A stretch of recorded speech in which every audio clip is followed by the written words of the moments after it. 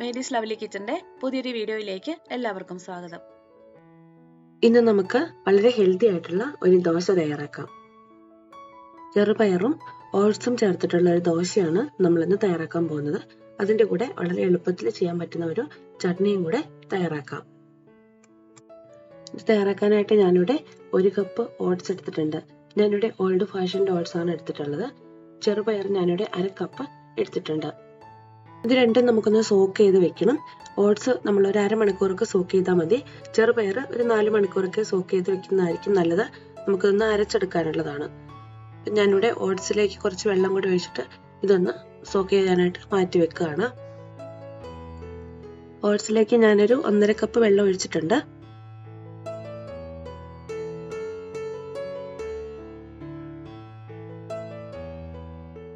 ഇത് നമുക്കൊന്ന് മാറ്റി വെക്കാം. ചെറുപയർ ഞാൻ നേരത്തെ സോക്ക് ചെയ്തിട്ട് ഒന്ന് മുളപ്പിച്ചെടുത്തിട്ടുണ്ട്. അതുകൊണ്ട് ഞാൻ മുളപ്പിച്ചെടുത്ത ചെറുപയറാണ് ഇവിടെ യൂസ് ചെയ്യുന്നത്. ഇതുപോലെ ചെറുപയറൊക്കെ നമ്മൾ മുളപ്പിച്ച് ഉപയോഗിക്കുകയാണെങ്കിൽ അതിൽ പ്രോട്ടീൻ ധാരാളം ഉണ്ടാകും. അതുകൊണ്ട് കുട്ടികൾക്കൊക്കെ നമ്മൾ കൊടുക്കുകയാണെങ്കിൽ അല്ലെങ്കിൽ വലിയ ആൾക്കാർക്കാണെങ്കിലും ഇതുപോലെ കഴിക്കുന്നതായിരിക്കും നല്ലത്. ചെറുപയർ ഞാൻ ഓവർനൈറ്റ് കുതിർത്തി വെച്ചിട്ട് അതിൻ്റെ വെള്ളമൊക്കെ മാറ്റിയിട്ട് അതൊരു പാത്രത്തിൽ വെച്ച് അടച്ചു വെച്ചിരുന്നതാണ്. പിറ്റേ ദിവസം ആയപ്പോഴേക്കും നന്നായിട്ട് ഇതുപോലെ ഒന്ന് മുളച്ച് വന്നിട്ടുണ്ട്. ഇപ്പോൾ ഓട്സ് നന്നായിട്ടൊന്ന് സോക്കായിട്ട് വന്നിട്ടുണ്ട്. ആ വെള്ളമൊക്കെ അതിൽ അബ്സോർബ് ആയിട്ടുണ്ട്. ഇനി നമുക്ക് ഇത് രണ്ടും കൂടെ അരച്ചെടുക്കാം. ആ ഓട്സിലുള്ള വെള്ളമൊന്നും ഊറ്റിക്കളയണ്ട, അത് നമുക്ക് അങ്ങനെ തന്നെ അരച്ചെടുക്കാനാണ്.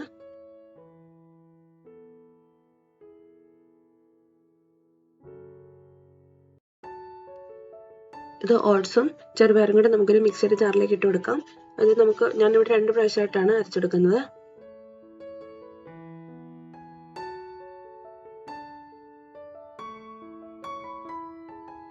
ഇതിലേക്ക് കുറച്ച് ചെറുപയറും കൂടി ഇട്ട് കൊടുക്കാം.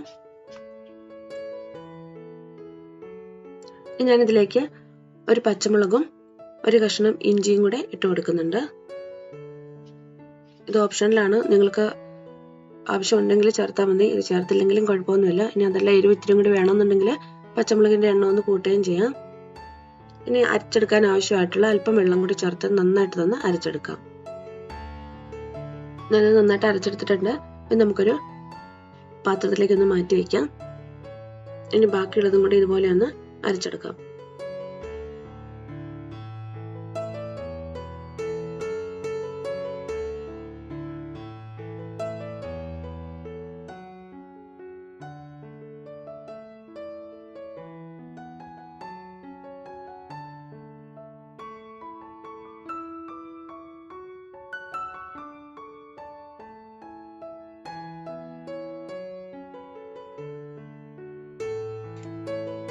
എല്ലാം കൂടെ നന്നായിട്ടൊന്ന് മിക്സ് ചെയ്തെടുക്കാം.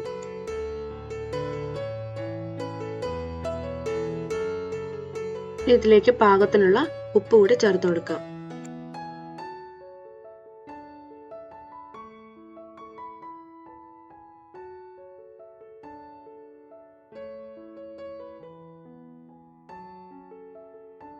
നന്നായിട്ടൊന്ന് മിക്സ് ചെയ്തിട്ട് നമുക്കിതൊരു 10 മിനിറ്റ് മാറ്റി വയ്ക്കാം. 10 മിനിറ്റ് കൊണ്ട് നമുക്കിതിലേക്ക് ആവശ്യമായിട്ടുള്ള ഒരു ചട്നി തയ്യാറാക്കാം. അതിനായിട്ട് ഞാനിവിടെ ഒരു പാൻ വെച്ചിട്ടുണ്ട്. ഇതിലേക്ക് 1 ടേബിൾ സ്പൂൺ വെളിച്ചെണ്ണ ഒഴിച്ചു കൊടുക്കാം. ഇതിലേക്ക് 2 ടേബിൾ സ്പൂൺ പൊട്ടുകടല ഇട്ട് കൊടുക്കാം.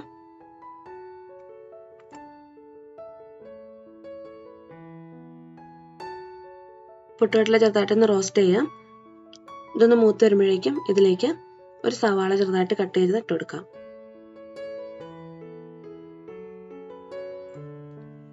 ഇതിലേക്ക് ഒരു കഷ്ണം ഇഞ്ചിയും കൂടെ ഇട്ട് കൊടുക്കാം. ഇഞ്ചി ഞാൻ ചെറുതായിട്ടൊന്ന് കട്ട് ചെയ്തെടുത്തിട്ടുണ്ട്. ഇത് നമുക്ക് നന്നായിട്ടൊന്ന് വഴറ്റിയെടുക്കാം. സവാള ഒന്ന് ട്രാൻസ്പെറന്റ് ആയിട്ട് വരുമ്പോഴേക്കും ഇതിലേക്ക് ഒരു അല്പം പുളി ചേർത്ത് കൊടുക്കാം.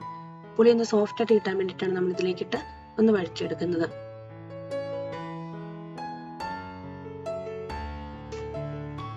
ഇനി ഇതിലേക്ക് 1 ടീസ്പൂൺ മുളക് പൊടി ചേർക്കാം.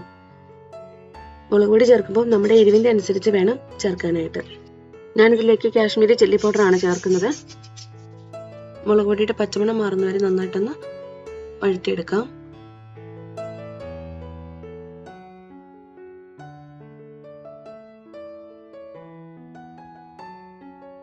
ഇനി ഇതിലേക്ക് ഒരു തക്കാളി ചെറുതായിട്ട് കട്ട് ചെയ്തതും കൂടെ ചേർത്ത് കൊടുക്കാം.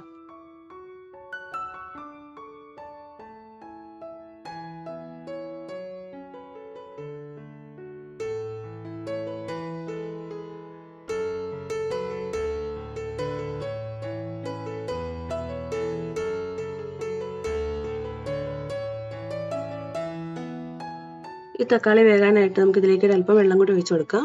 ഞാൻ ഇതിലേക്ക് 1/2 കപ്പ് ചൂടുവെള്ളമാണ് ഒഴിച്ചു കൊടുക്കുന്നത്. ഇതിലേക്ക് പാകത്തിനുള്ള ഉപ്പ് കൂടി ചേർത്തിട്ട് തന്നെ അടച്ചുവെച്ച് വേവിക്കാം.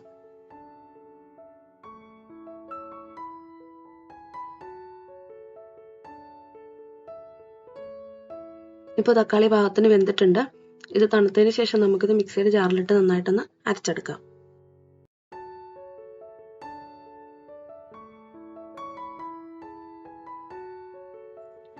ഇനി നമുക്ക് ദോശ തയ്യാറാക്കാം.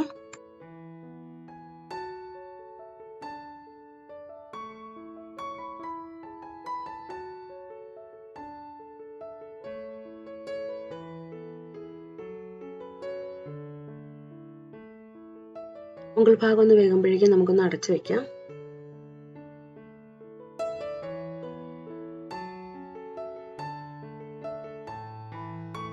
ഇതിന് മുകളിലേക്ക് ഒരല്പം ഓയിലോ ഗീയോ ഒന്ന് ഡ്രിസിൽ ചെയ്ത് കൊടുക്കാം.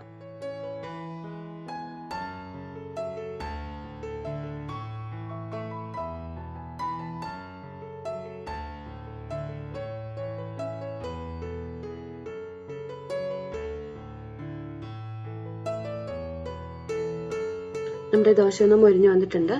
ഇത് നമുക്ക് ഇതുപോലെ തന്നെ എടുത്തു വെക്കാം. കുറച്ചും കൂടി വേണമെങ്കിൽ ഒന്ന് മൊരിച്ചെടുക്കുകയും ചെയ്യാം. ഇതിന്റെ മുകളിലേക്ക് അല്പം സവാള കട്ട് ചെയ്തതും അല്പം മല്ലിയിലയും ഒക്കെ ഇട്ട് കൊടുക്കാം. വേണമെങ്കിൽ അല്പം ക്യാരറ്റ് ഗ്രേറ്റ് ചെയ്തതൊക്കെ നമുക്ക് ഇട്ട് കൊടുക്കാം. അത് നമ്മുടെ ഇഷ്ടം അനുസരിച്ച് ചെയ്താൽ മതി. ആവശ്യമുണ്ടെങ്കിൽ മാത്രം ചെയ്താൽ മതി. അല്ലെങ്കിൽ ഇതുപോലെ തന്നെ ദോശ നന്നായിട്ടൊന്ന് മൊരിച്ചെടുത്തിട്ട് എടുത്തു വെക്കാം നമുക്ക്. അപ്പം ഞാനിതിന്റെ മുകളിലേക്ക് ഒരു അല്പം മല്ലിയിലയും സവാളയും ചോപ്പ് ചെയ്തതാണ് ഇട്ട് കൊടുക്കുന്നത്.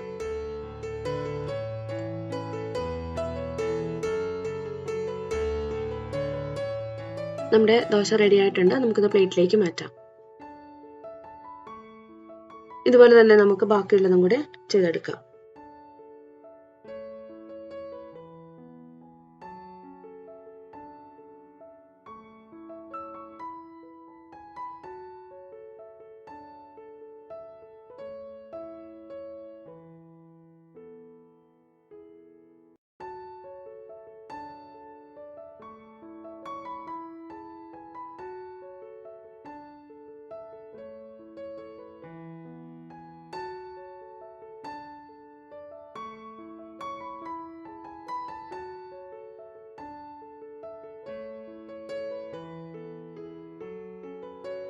നമ്മൾ ദോശയൊക്കെ തയ്യാറാക്കി കഴിഞ്ഞിട്ടുണ്ട്. ഇനി നമ്മുടെ ചട്നി നമുക്കൊന്ന് അരച്ചെടുക്കാം. ഇപ്പൊ നന്നായിട്ട് തണുത്തിട്ടുണ്ട്. ഇത് മിക്സിയുടെ ജാറിലേക്ക് ഇട്ട് കൊടുക്കാം.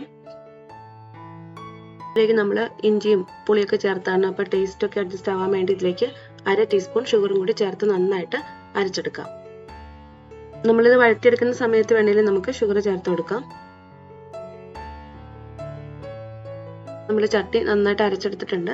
ഇതൊരു ബൗളിലേക്ക് മാറ്റാം. ഇതിലേക്ക് കടുക് താളിച്ചും കൂടി ചേർത്താൽ നമ്മുടെ ചട്നിയും റെഡിയായി കിട്ടും. വളരെ എളുപ്പത്തിൽ തന്നെയാണ് നമ്മളിപ്പോൾ വളരെ ഹെൽത്തി ആയിട്ടുള്ള ഒരു ദോശയും ചട്നിയും തയ്യാറാക്കിയിട്ടുള്ളത്. ഇത് ചട്നിയിലേക്ക് ഞാനിവിടെ കടുക് താളിച്ച് ചേർത്തിട്ടുണ്ട്. അപ്പം അതിന്റെ വീഡിയോ ഞാൻ എടുത്തിട്ടില്ല. കടുക് താളിച്ച് അല്പം വെളിച്ചെണ്ണയിൽ കടുക് പൊട്ടിച്ച് അതിലേക്ക് കറിവേപ്പിലയും ചുവന്ന മുളകും കൂടി ചേർത്തതേ ഉള്ളൂ. ഈ ദോശ വളരെ ഹെൽത്തി ആയിട്ടുള്ളതാണ്. ഡയബറ്റിക് ആയിട്ടുള്ള ആളുകൾക്ക് കഴിക്കാൻ പറ്റുന്ന ഒരു ദോശയും കൂടിയാണ്. ഓട്സും ചെറുപയറും മുളപ്പിച്ചതാണ് നമ്മൾ ഇതിലേക്ക് ചേർത്തിട്ടുള്ളത്. ചെറുപയർ മുളപ്പിച്ച് ചേർത്തുകൊണ്ട് തന്നെ ഇതിൽ പ്രോട്ടീനും കൂടുതലുള്ളതാണ്. എല്ലാവരും ഈ ദോശ ഒന്ന് തയ്യാറാക്കി നോക്കുക. എന്നിട്ട് നിങ്ങളുടെ കമന്റ്സ് ഒക്കെ ഒന്ന് അറിയിക്കുക. പുതിയൊരു റെസിപ്പിയുമായിട്ട് നമുക്ക് വീണ്ടും കാണാം.